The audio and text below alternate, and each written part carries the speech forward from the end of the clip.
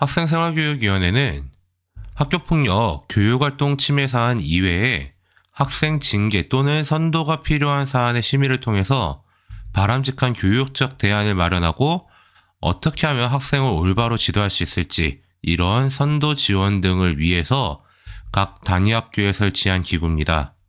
법률에 따라 설치되는 법정기구가 아닌 비법정기구입니다. 그럼에도 불구하고 운영할 수 있는 근거가 있는데요.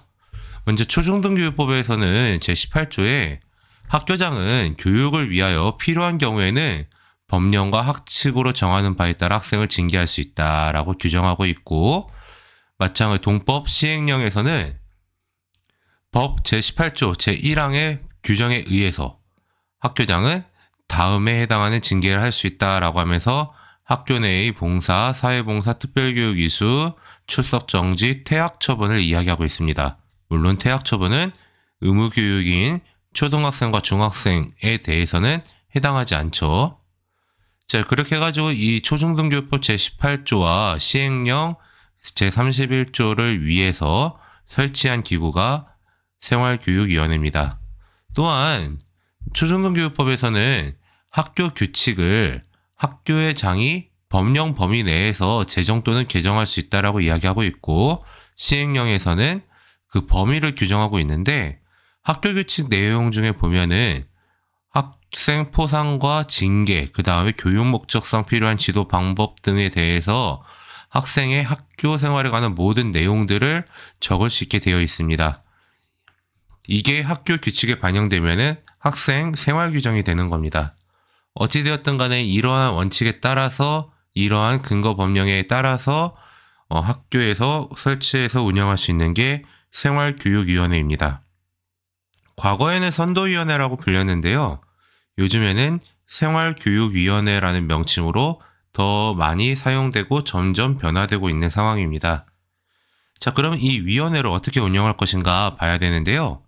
교육부에서 편찬한 2022 학교규칙 운영 길라잡이에 어떻게 해야 되는지 원칙을 잘 제시해주고 있어요. 제일 첫 번째, 제일 중요한 거는 학생에 대한 징계를 내리는 기구거든요. 이 기구는 학생의 인격이 존중되는 교육적인 방법으로 해야 됩니다. 그러니까 교사들이 막 일부러 학생들 살살살살 긁어가지고 학생이 분노했다, 그래가지고 너 징계 먹여, 이게 아니라 학생도 똑같은 인간으로서, 인격으로서 존중을 해주면서 이 학생을 어떻게 해야지 올바로 이끌 수 있을까라는 그 교육적인 목적을 가장 최우선으로 생각해야 된다라는 겁니다. 그래서 교육부가 제시한 학생생활규칙 예시안을 보면은요, 학생 징계 원칙을 제시하고 있어요. 그래서 학생의 인격이 존중되는 교육적인 방법으로 해라. 그 다음에 처벌보다는 선도 및 교육에 중점을 둬야 된다. 그리고 징계 사유 및 경위 등을 고려하고 사안의 경중에 비례해서 징계해야 된다라는 원칙을 제시를 해주고 있거든요. 그래서 이 학교들은 이 학생생활교육위원회라는 것들을 구성해서 운영을 합니다. 마찬가지 각 학교 규정에는 이러한 내용들을 추가를 해야 된다라고 해서 교육부가 아예 예시까지 드려줬었어요. 자, 그 다음에 세 번째의 원칙은요, 징계 사유 및 경위 등을 고려해야 돼요. 그리고 가장 더 중요한 것은 사안의 경중에 비례해서 징계를 해야 돼요. 이 학생이 저지른 거는 한 10밖에 안 되는데 평소의 행실 때문에 괘씸해. 그래가지고 나는 얘한테 50을 먹이고 싶어가 아니라는 거예요. 이 학생이 10을 했다 그러면 그 10에 맞는 것만 주라라는 이야기입니다. 자, 그래서 이제 초중등교육법에 있는 내용을 초중등교육법 시행령 제31조에 있는 이 내용을 이렇게 학교 규정에다가 명시를 해서 운영을 하라라는 소리입니다. 자, 그 다음에 징계 사유와 기준 등은 학생 생활 규정으로 정하고 그 내용을 준수하도록 해야 한다라는 거예요. 자, 그래서 학생 생활 규정에 대해서 교육부의 예시안을 보니까 이렇게 징계 사유를 표로 만들어서 어떻게 적용할 것인가를 명시를 해놓고 있습니다. 근데 보통 저렇게 명시되어 있는 거는 중등, 즉 중학교와 고등학교들이 저렇게 명시가 되어 있고요. 초등학교들은 일단은 저렇게 디테일하게 명시되어 있지 않고는 그냥 광범위하게 좀 되어 있는 경향들을 볼 수가 있습니다. 어찌됐든 간에 이렇게 규정을 명시해서 이렇게 규정에 따라서 이 학생이 흡연 또는 음주를 상습적으로 한다. 그러면 첫 번째 적발됐다? 그럼 학교 내에 봉사. 두 번째 적발됐어? 사회봉사. 세 번째 특별교육 이수시켜. 네 번째 출석 정지 시킬게. 이런 식으로 쭉쭉쭉쭉 단계별로 진행하라라는 이야기입니다. 자, 그리고 다섯 번째 원칙은요. 학생을 징계하기 위해서는 학생이나 학생의 보호자에게 의견을 진술할 기회, 그리고 의견 진술할 수 있는 방법 이런 것들을 제공해 줘야 된다라는 거예요. 학생한테 위원회 참석해서 본인의 이야기를 하게끔 해주고요. 보호자한테도 마찬가지 이야기를 할 수 있게끔 해주지만 보호자가 불가피하게 참여할 수 없는 경우가 있죠. 그럴 경우에는 서면 의견서를 대체한다든지 등등등의 방법을 통해 의견을 제시할 수 있는 기회를 주어야 된다라고 이야기하고 있는 겁니다. 자, 그리고 이렇게 의견을 진술할 기회를 준다라는 것은 먼저 자기 방어권을 보장해 주라는 이야기거든요. 그래서 학교에서는 생활교육위원회 개최하기 전에 학생 또는 보호자에게 징계 사유에 대해서 사전에 통지를 해줘야 돼요. 물론 이거는 서면으로 하는 게 가장 좋습니다. 자, 그래서 보면은 교육부에서 아예 이것과 관련해서 예시안을 제시하고 있죠. 그래서 생활교육 담당 부서로부터 위원장은 징계 사안의 보고를 받은 후에 위원회를 소집할 수 있죠. 그리고 위원회 개최 전에 학생 또는 학부모에게 징계 사유에 대한 사전 통지를 해야 되고요. 그리고 의견을 진술할 수 있도록 기회와 방법을 제공해 줘야 된다라고 이렇게 학교 규정에는 명시를 해둬야 된다라고 예시안을 보여주고 있는 겁니다. 마지막 일곱 번째 원칙 한번 보죠. 생활교육위원회에서는 심의 대상이 누구인가, 무엇을 심의했고 그 결과가 어떻게 되어 있는가를 공고하면 안 돼요. 과거 학교들은 이거를 크게 벽보에다 만들어서 공고를 한 적이 있었습니다. 하지만 그렇게 해서는 안 된다라는 이야기를 하고 있는 거예요. 자, 그래서 생활교육위원회가 어떻게 구성되는지도 한번 볼게요. 생활교육위원회는 보통 5명에서 10명으로 구성이 됩니다. 이 중에 위원장은 교감이 하고요. 보통 교감이 합니다. 그 다음에 부위원장은 생활교육 담당 교사 혹은 생활부장이 합니다. 그리고 위원들은 교직원들이 하고 있죠.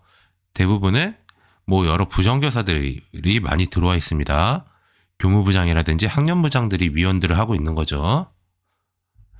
자, 그래서 예시한 규정 보니까 위원회는 위원장 1명과 부위원장 1명을 포함해서 5인 이상 10인 이하의 위원으로 구성한다. 위원장은 교감, 부위원장은 생활교육 담당 부서 부장으로 한다. 그리고 위원장과 부위원장 이외의 나머지 위원은 교사 중에 학교장이 임명한다라고 되어 있습니다. 그러니까 위원들은 다 교사라는 소리죠. 그리고 이게 무조건적인 징계를 먹이는 게 메인이 아니라 이 징계라는 수단을 활용해서 학생을 올바르게 이끌어 가겠다가 목표인 겁니다. 자, 그 다음에 필요시에 외부위원 위촉도 가능해요. 그러니까 전문가라든지 학부모 위원을 위촉할 수 있다는 거예요. 그래서 만약에 이 학생이 심리적인 문제도 있는 것 같아 라고 하면은 아동심리 전문가를 외부위원으로 위촉을 해서 과연 이 학생한테 이러한 징계가 적합할 것인가에 대한 의견을 또 청취하는 방법도 하나의 요령이 될 것 같아요. 하지만 현장에서는 실제로 잘 쓰이지는 않겠죠. 네, 아무래도 학생을 교육하는 데 있어서 이 학생과 관련된 내용들이 너무 많이 외부로 나가는 것도 문제예요. 하지만 요즘 학교들은 대부분 전문 상담교사가 배치가 되고 있죠. 점점 늘어나고 있고요. 자, 그렇기 때문에 전문 상담교사 위촉해도 문제가 되지 않으니까 네, 필요시 외부위원 위촉 이거는 많이 쓰진 않아요. 하지만 필요하다면 해야겠죠. 그 다음에 간사 지정 가능합니다. 그래서 간사는 생활교육 담당 부서의 소속 교원으로 한다. 보통 생활부장 아니면은 사안처리 담당 교사들이 하고 있어요. 근데 이런 거는 어디까지나 큰 틀이고요. 세부적인 사항들은 학교별로 학교 규칙을 제정하면서 명시할 수가 있답니다. 자, 그래서 이것과 관련하여 서울시교육청의 예시안을 한번 볼게요. 자, 그래서 서울시 교육청의 예시안을 보니까 생활교육위원회와 생활교육소위원회를 나눠 놓는 경우도 있어요. 옛날에는 대선도 소선도라는 용어를 썼거든요. 근데 보통 생활교육위원회와 생활교육소위원회는 학생의 징계가 5단계로 나뉘어져요. 학교 내의 봉사, 사회봉사, 특별교육 출석 정지, 그 다음에 퇴학. 이 중에서 학교 내의 봉사 또는 사회봉사까지를 담당하는 게 생활교육소위원회입니다. 그러니까 늘 모든 사람들이 다 모일 수 없다라는 거죠. 그래서 모든 위원회가 다 모일 수 없기 때문에 이 해당 포인트만 딱 짚어서 경미한 사안에 대해서만큼은 조금 더 소수의 전문가들이 모여서 좀 관련자들이 모여가지고 처리해 보겠다라는 취지라고 생각하시면 되겠습니다. 하지만 이게 아니라 정말 교감위 위원장이 되고 위원들이 엄청나게 많이 들어오는 생활교육위원회가 열린다라고 한다면은 학교에서는 사안을 좀 심각하게 봤다라는 이야기가 되겠죠. 자, 그래서 생활교육위원회 같은 경우는 재적위원 과반수의 출석을 통해서 회의가 열리고요. 출석위원 과반수가 찬성함으로써 어떠한 처분이 내려지는지가 결정이 납니다. 근데 이제 심의대상 학생이나 심의대상 사안과 관련 있는 위원들이 있다. 그러면 심의 참여가 불가능해요. 혹은 본인이나 관계자들, 그러니까 학생이겠죠. 그들의 요청으로 심의에서 제외될 수도 있습니다. 자, 근데 계속 이야기하지만 이 생활교육위원회에서는 학생과 학부모에게 충분한 의견 진술 기회와 방법을 제공해 주어야 합니다. 그리고 이 내용들은 심의 내용은 회의록으로 기록해서 관리를 해야 돼요. 자, 그러면은 이제 사람들이 우려하는 게 있거든요. 이거 그냥 떠들어가지고 나가서 동네방네 떠드는 거 아니야 라고 하지만 위원과 관사, 그러니까 그 위원회에 들어갔던 모든 위원들은 정보를 누설하면 안 된다라는 거예요. 심의 내용과 결과, 그리고 어떤 사안이었나, 그리고 이 학생과 관련해서 알게 된 내용들, 이런 것들은 다 머릿속에서 싹 다 리셋 시켜야 된다라는 이야기입니다. 자, 그래서 교육부 예시안을 보니까 이러한 예시안이 있어요. 뭔가 되게 많죠. 근데 우리가 이야기했던 거 계속 있었던 겁니다. 그래서 1항을 보니까 위원장은 생활교육 담당 부서로부터 학생 징계 사안의 보고를 받은 후에 위원회에 소집한다. 그 다음에 2항, 위원회 개최 전에 학생 또는 보호자에게 징계 사유에 대해 사전 통지를 하고, 3항, 위원 중심의 사안 또는 관련 학생과 이해관계가 있는 자는 심의에 참여할 수 없다 라고 명시해 있죠. 그리고 본인 또는 관계인의 요청으로 심의에서 제외한다고도 되어 있습니다.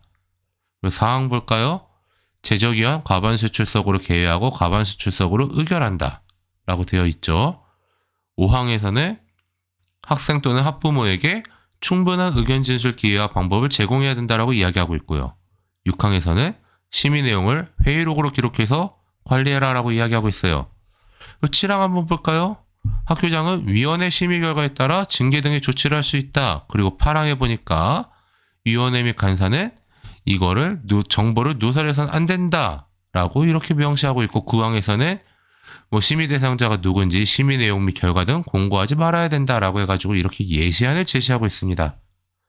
과거 학교들의 규정에 이러한 내용들이 사실 대부분 다 반영이 되어 있을 겁니다. 하지만 너무 오래되어서 저 내용이 미흡한 학교들도 대부분 다 저렇게 운영이 되고 있어요. 자, 그렇게 해가지고 생활교육위원회는 이러한 원칙에 따라서 운영된다라는 거 알아두시면 좋을 것 같습니다.